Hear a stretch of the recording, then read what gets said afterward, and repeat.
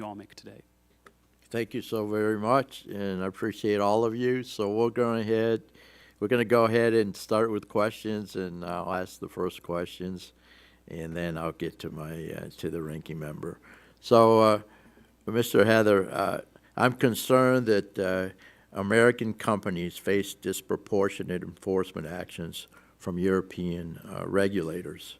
Since Europe's privacy law, the GDPR, went into effect, American companies have paid 83% of all fines levied by European regulators. I know you had mentioned this.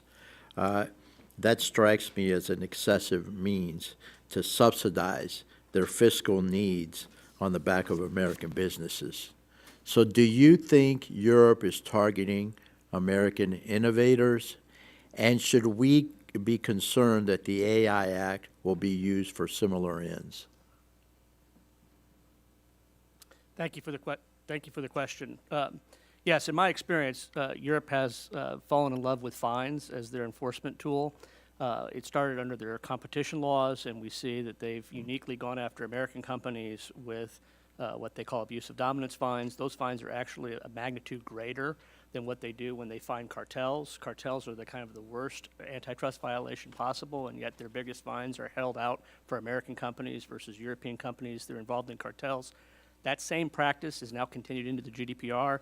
We see fines on a scale much bigger levied against U.S. companies. In many cases, there's not even an identified harm as a result of the quote-unquote violation. Some of these are technical violations where they've chosen to amp the wattage up on fines. They've now taken this fining policy and put it into other EU laws like the DMA and the DSA. It is also embedded in the AI Act. We fully expect that at least the path and practice that Europe has been on will continue to use fines. They will continue to be disproportionately larger against American companies, and the justification for it is not very strong. I would also point out that when these fines ultimately get before the European courts, American companies are actually having success. It takes a long time to get there, but the European courts have annulled these decisions in some cases and have reduced the fines. So we do have a problem with Europe in the way they use fines to enforce their regulations. Thank you very much. I've still got some time.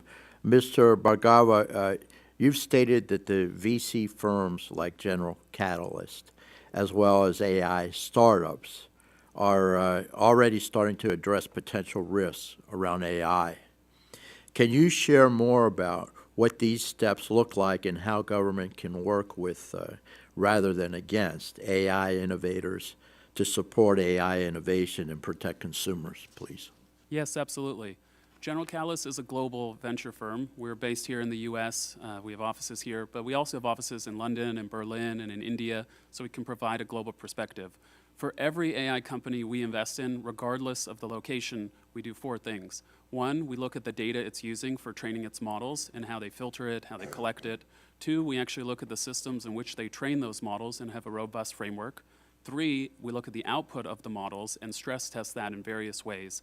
And lastly, 4th, we ask every AI founder to write for us what they think the downstream implications that are negative could be.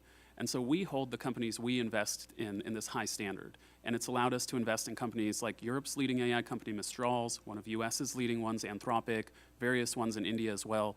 So as a firm, we put in place these standards. We also encourage the federal government to put in place frameworks and standards and guidelines as well. Thank you very much. What I'll do now is yield minutes to the ranking member of the subcommittee. You're recognized for 5 minutes, Ms. Schakowsky.